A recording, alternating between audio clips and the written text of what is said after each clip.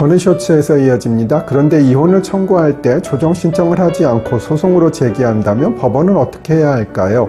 그 소송 자체가 조정 전치주의에 위배되어 부적법하거나 각하되는 것은 아니고요. 법원은 원칙적으로 그 사건을 조정에 회부하여야 하는 것입니다. 다만 예외적으로 공시송달의 방법에 의하지 않으면 한쪽 또는 양쪽을 소환할 수 없거나 사건이 조정에 회부되더라도 조정이 성립될 수 없다고 인정할 때에는 사건을 조정에 회부하지 않을 수 있습니다.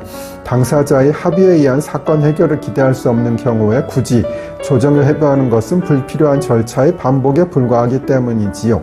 공시송달로 진행된다면 그 당사자는 출석하지 않기 때문에 당사자의 합의를 기대할 수 없는 것은 당연하겠고요. 아니면 당사자 한쪽이 조정에 의한 사건 해결을 거부하는 의사를 명백히 표시한 경우도 마찬가지입니다. 다음 쇼츠로 오세요. 전의 쇼츠에서 이어집니다. 또한 사망한 자에 가름하여 검사를 상대방으로 제기한 소송사건, 한쪽 당사자가 의사능력에 문제가 있는 경우에는 조정에 회부하지 않아도 되는 사유일 것입니다. 사건을 조정에 회부해도 조정이 성립될 수 없다고 인정할 것인지의 판단은 가정법원의 재량에 맡겨져 있습니다.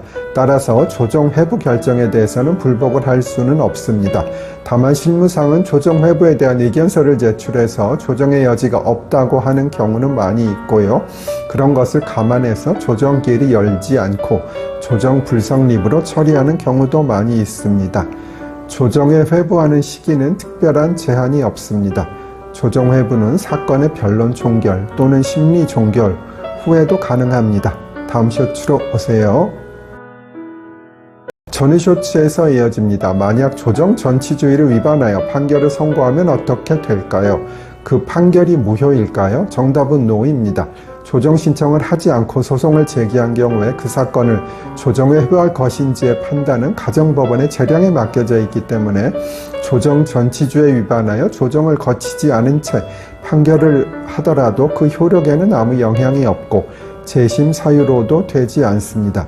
제가 판사를 할 때만 해도 거의 조정 전치주의가 충실히 지켜졌습니다.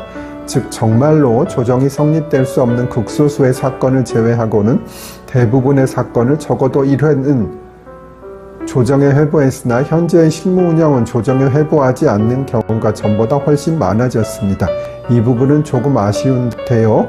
규정대로 가사사건의 경우에는 원칙적인 조정 회부가 이루어져야 할 것입니다. 전의 쇼츠에서 이어집니다. 조정에 회부하지 않아서 문제가 생기는 경우를 설명드릴게요.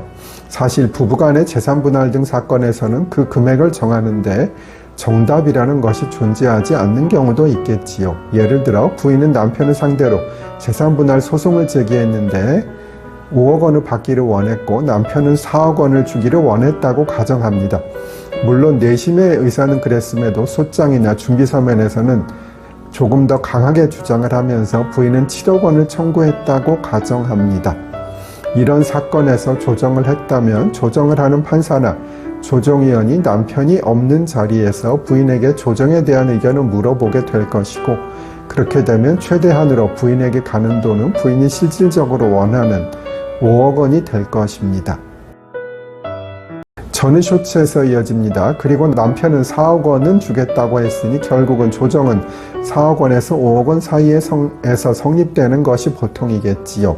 그런데 만약 조정 절차를 전혀 거치지 않았다면 판사는 부인과 남편의 내심의 의사를 알 수 없기 때문에 부인이 실질적으로 원하는 5억 원을 넘어서는 6억 원이라는 판결이 나올 수도 있습니다.